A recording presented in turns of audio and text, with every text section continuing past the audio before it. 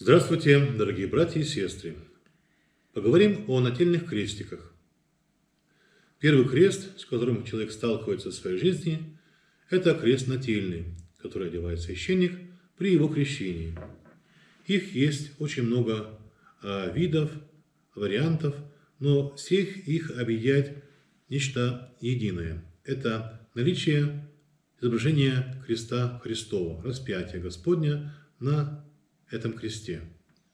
Также, с другой стороны, может быть надпись «Спаси и сохрани», либо надпись с молитвой «Да воскреснет Бог и расточаться в рази Его».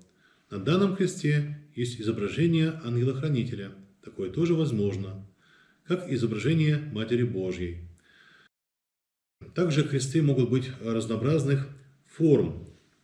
Он восьмиконечный, четырехконечный, шестиконечный. Они могут быть из драгоценных металлов, могут быть из того же алюминия, либо из латуни, либо из меди, либо даже из дерева.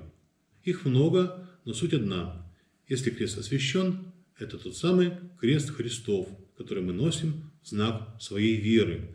Он может быть как на цепочке, так и на шнурочке. Здесь уже как кому удобно. Это не принципиально.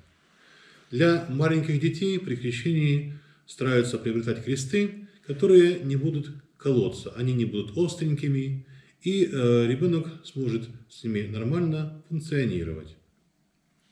Также мы можем видеть, что в многих крестах есть в верхней части либо ушко, через которое просовывается ленточка или шнурочек, на котором он висит, так и просто отверстие, единое с крестом, как вариант, либо само колечко, которое является единым целым с корпусом самого креста. Это удобно, поскольку если простое колечко может перетереться, разогнуться, то такие отверстия, либо такое вот единое кольцо, оно гораздо устойчивее механическим повреждениям. Также возникает вопрос, что делать, если потерял крестик крестильный. Ответ очень прост. Приобрести себе новый крест, выбрать, который вам больше подойдет по размеру, по форме, и носить его также с благоговением. А другой вопрос, что делать с найденным крестом.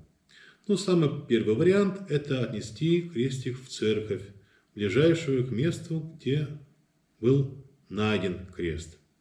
Точно так же можно поступить с крестиками, которые мы сломали каким-то образом. Если мы нашли драгоценный крестик серебряный, либо золотой, мы можем отдать его в храм, и там, если он не будет востребован, если за ним никто не обратится из тех, кто его потерял, эти кресты могут использоваться для золочения, либо серебрения церковных крестов, либо для того, чтобы сделать ризу на икону, то есть такое специальное металлическое покрытие, чтобы икона была закрыта от внешнего влияния. Если же крест алюминиевый или из какого-то другого цветного металла, который, к сожалению, отломался, либо раскололся, что делать с ним? Можно такие крестики, допустим, даже прикопать на могилу на кладбище. Казалось бы, почему? Во-первых, на кладбище всегда земля освященная. И, конечно же, нужно избегать суеверия, что, одевая чужой крест, мы принимаем на себя чужую судьбу. Это не так. Это символ нашей веры, это святыня. Поэтому, если мы нашли крест, который нам понравился, если его хозяин не нашелся, хотя мы спрашивали, чей крест, то, в принципе, мы можем сами тоже его носить, если у нас есть такое желание.